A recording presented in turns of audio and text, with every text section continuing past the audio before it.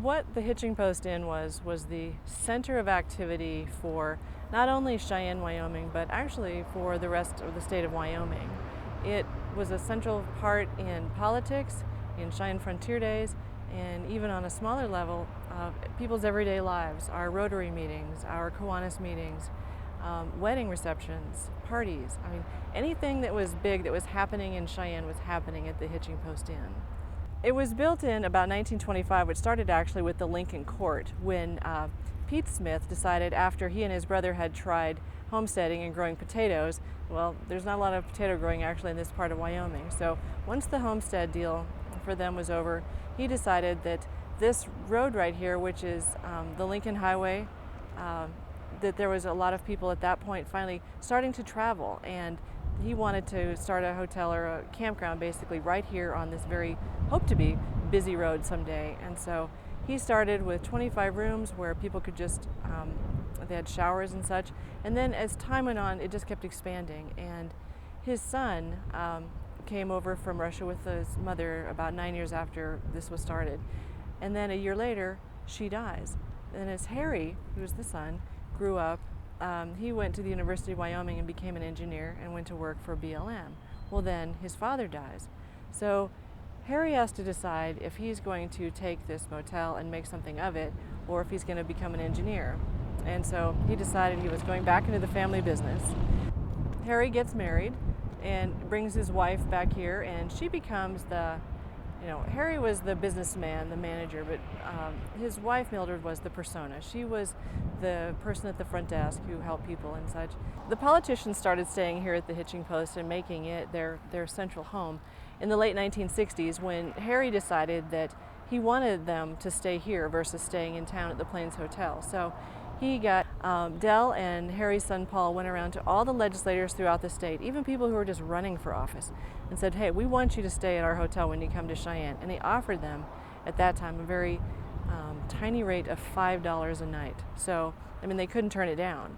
So Harry knew that when the legislators were staying here, then the lobbyists would follow. And so that's what started it. And, people who might have some contention over a bill at the legislature itself, it was really hard to stay mad at someone when you saw them in your hotel hallway walking through in their pajamas, or you're down in the bar and having a drink with them and such. So many laws were actually probably decided right here at the Hitching Post.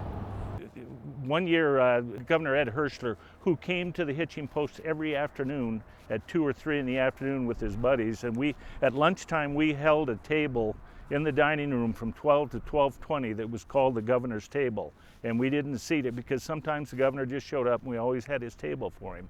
At 12:30, if he hadn't shown, then we would release that. But he would come every afternoon and with a couple of his buddies, and they would meet in the corner of the bar and talk about all the problems of Wyoming and solve a lot of the problems there. And so we got to know him very well through the years. And then one year, legislature ended at the end of around the 1st of March, and there were still some issues that needed to be covered.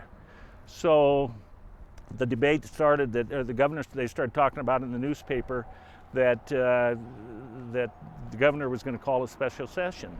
And I got a call the next afternoon from the newspaper in Lander, Wyoming, in the center of the state, and they said, Dell, we understand the special session's coming on May 24th. And I said, well, they can't come on the 24th. We've got a convention then, and we're completely filled. They can't come then. And they kind of they asked me a few other questions, and that was the end of it. The next day, I got a call from the governor. The governor's secretary said, Dell, the governor would like to speak to you. And so Governor Hirschler says to me, he says, Dell, do you mind if I run the state government and decide when we're going to have a special session of the legislature? Then he laughed and laughed, and he says, tell me when we can come. And then there was a cartoon about it in the Lander paper the next day of a stagecoach parked in front of the Hitching Post, and the caption says, who's running the state anyway, the governor or the Hitching Post?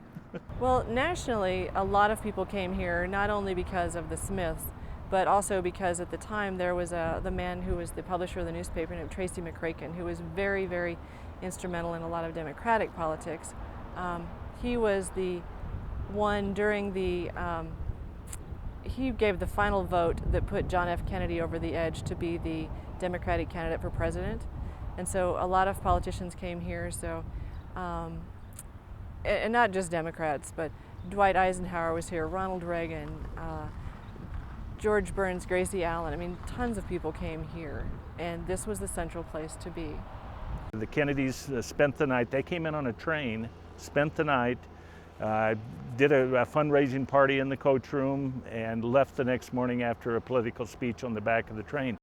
4 days before Spiro Agnew was to arrive, the security came in and they were very strong. They swept through everything, taking down light fixtures and air conditioning and marking everything, and finished just the day before Spiro Agnew was to arrive. Well, that afternoon or late that evening, Senator Simpson arrived at the Hitching Post and checked in and went to his room.